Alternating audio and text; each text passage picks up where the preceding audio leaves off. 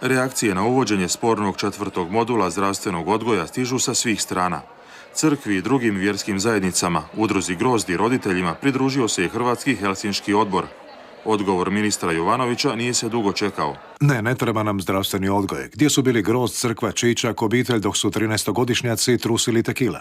Ne znam da li smo u šali ili da to ozbiljno kao ministar govori. Ako ozbiljno to govori, onda zaista dovodimo u pitanje njegovu sposobnost. Insinuacija je da zapravo roditelji nisu sposobni, država treba odgajati. To je prva insinuacija koja je totalitarna jedna izjava.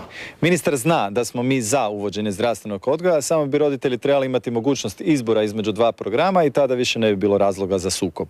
Teško je procijeniti hoće li ministar Jovanović naći zrnce razuma s obzirom na njegovo dosadašnje agresivno ponašanje, kaže Neven Zelić, te poziva na dijalog. Se sjedne i da se razgovara, da se ovaj konkretan zdravstveni odgoj u spornom dijelu, dakle radi se samo o jednom spornom dijelu, 4. modulu, njegova primjena da se zaustavi, odgodi i da se prije daljnjeg nastavka sjedne, razgovara, proanalizira i napravi adekvatan i prihvatljiv program. Na javnu raspravu pozivaju i u udruzi David, ali ne žele sudjelovanje crkve. Znači da se sad stvar zaustavi, ako sam dobro shvatila da se provede javna rasprava i onda da se krene u realizaciju zdravstvenog odgoja. Dakle, mi smo za to, ali bez crkve.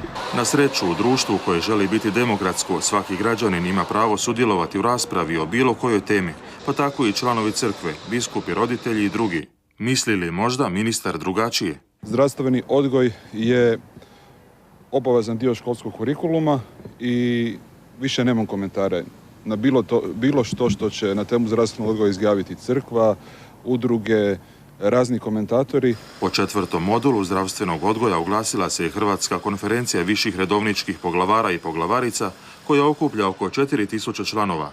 U njihovoj izjavi piše: nitko iz vlade ne želi priznati da su u izradi spornog modula pogriješili proceduralno, stručno i da su uveli program koji je u suprotnosti sa svjetonazorom većine stanovnika koji u Hrvatskoj žive.